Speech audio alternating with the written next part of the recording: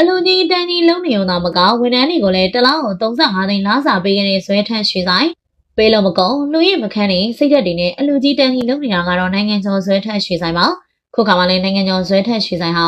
သူ့ဆိုင်ရာဝန်ထမ်းတွေကိုဘယ်တထိန်မှမပေးနိုင်တဲ့လားစာမျိုးတွေကိုငလင်ထန်သစ်နေတဲ့ကာလမှာပေးရခဲ့ပါတယ်အားလုံးသိကြတဲ့အတိုင်းနိုင်ငံကျော်ဇွဲထန့်ရွှေဆိုင်ဟာမြန်မာနိုင်ငံမှာကြုံတွေ့ခံစားခဲ့ရတဲ့ငလင်ဘေးမှာအလူကြီးတန်းကြီးပေးနေရပါနိုင်ငံကျော်ဇွဲထက်ရွှေဆိုင်ဟာမစိုးရိမ်တိုက်တဲ့ကျောင်းကြီးကိုသိန်းပေါင်း2000ခွဲနဲ့အသစ်ဆောက်လုပ်နေသလိုစရိုရီသားတွေလည်းနေ့စဉ်ရက်ဆက်ကိုပေးနေကြတာဖြစ်ပါတယ်။ထို့ပြင်လူကြီးတန်းကြီးပေးရမှာတော့တခြားသူတွေလိုမျိုးဟန်ပြမဟုတ်ဘဲနဲ့အမှန်တကယ်အဝအစားလူရန်နေရပါ။ဒါပြင်ခုလက်လုံးမရရှိတဲ့သတင်းများအရဇွဲထက်ရွှေဆိုင်ဟာမလီဘေးတဲ့ဝန်ထမ်းတို့ကိုသိန်း35သိန်းစီလောက်စာပေးခဲ့တယ်လို့ပြောလာပါတယ်။ဒါကြောင့်လည်းလူတွေကတော့ဇွဲထက်ရွှေဆိုင်တထေးစရီးမောင်နဲ့အလူတန်းတွေကိုချီးကျူးနေကြတာဖြစ်ပါတယ်။ဇွဲထက်ရွှေဆိုင်ပိုင်းရဲ့တထေးကြီးဖြစ်တဲ့ဦးစန်းဝင်းဒေါ်ဝင်းမာတို့ဟာလာရှုမျိုးကရွှေဆိုင်ဖွင့်လာတာဖြစ်ပြီးတော့လင်းမယားနှစ်ယောက်ကျဲဥတလုံးကိုတယောက်တစ်ချမ်းဆိုင်နေဘဝကိုစူးစမ်းရုန်းကန်နေရတာဖြစ်ပါတယ်။ခုချိန်မှာတော့လူကြီးပေးနိုင်နေပြီဖြစ်က